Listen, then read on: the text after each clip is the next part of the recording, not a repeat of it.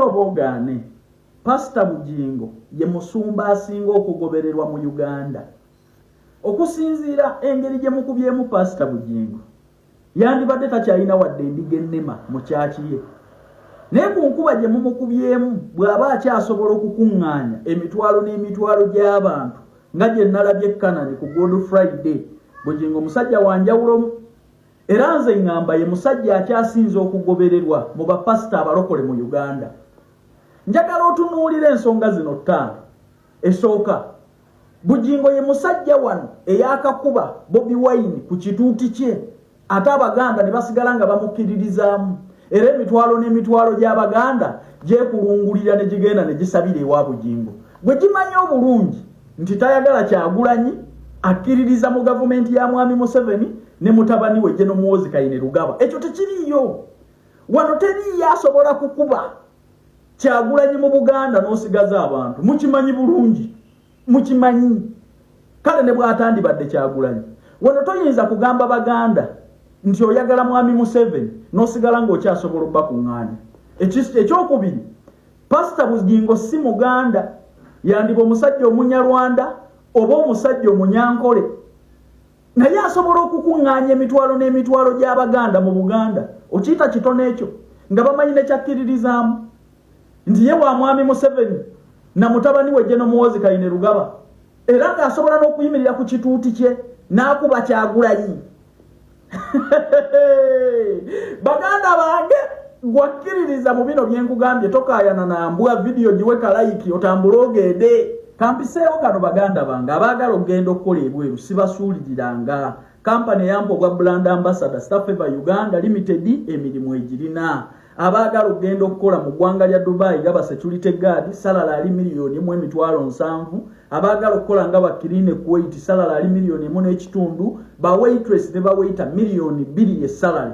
Bakuwaawo okusula, bakuliisa, bakuwa vacation ate era bakujjanjaba. Bakubireko aba Staff Favor Uganda bakugamba nti oteekamu ssente zo ng'omaze kulaba ku visa. Genda okole interviews. Ali emitala w'amayanja banoonye ku WhatsApp we namba giwe brother watuukeyo agenda akole interviews agezese emikisa gye. Bakubireko noti 74 noti 67226 oba noti 764 1745 ojja kuba bafuna butereevu oteekamu akasenteko ng'omaze kukwata ku visa mu ngalo. Tuddeyo wano ku kya Bujjingo. Pastor Bujjingo oyo ku bizibu by'azzaafuna wadde ne mu famire ye teri musumba wano mu Uganda asobola kunyeenyezebwa mu famire n'asigaza bagoberezi. Wana Bannayuganda bagezi tebasobola kulembeka kidomera ku taapu etaleeta mazzi. Era balina kye bafuna mu Bujjingo.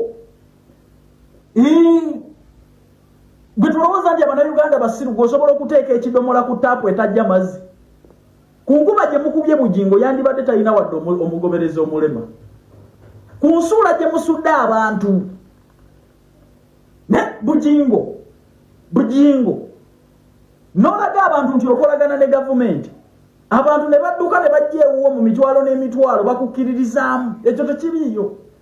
Wano tewaliiwo pasita yenna asobola kugamba nti akolagana gavumenti ku katuuti ke n'akuba Kyagulanyi n'asigaza endiga nga kyaki eri mu Buganda wano.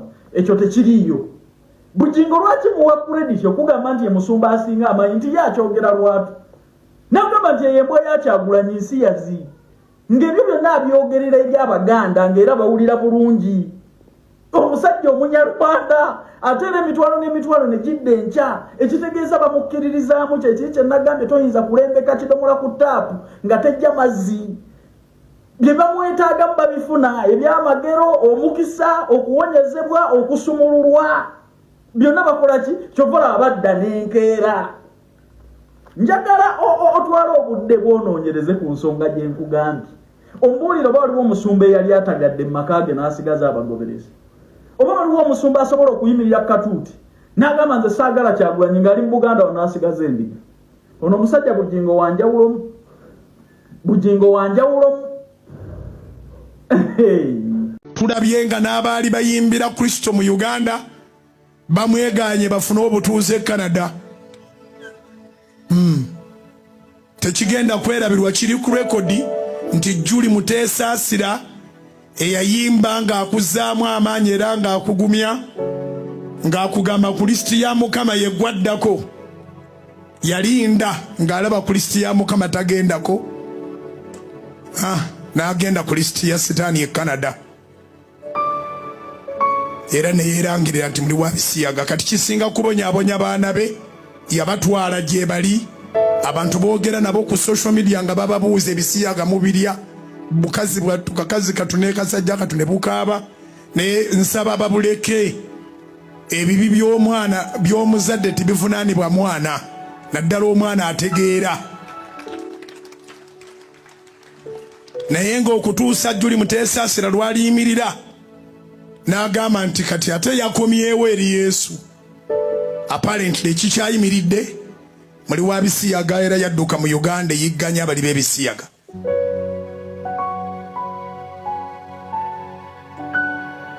Nkikugambye kugamba nti jjukira gye wava. Enjiri yange egamba nti jjukira.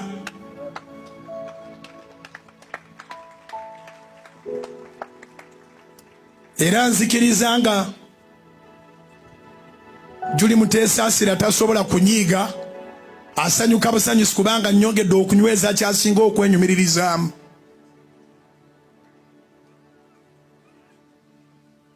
Asanyuka busanyusi, nnyongedde okunyweza kyasinga okwenyumiririzaamu. Si kirungi mukyerabire nti ye identifyinga n'abali ba bisiyaga. Ate mukazi nnyo kubanga bangi abali ebisiyaga balemwa okwogera oba babirya oba tebabirya. Ensi nebeera bongera ekaana ku lwabwe. Kati ye Julie Mutesasira yasalawo eggoye ebisiyaga abirya, era yeyagalira kubeera Canada.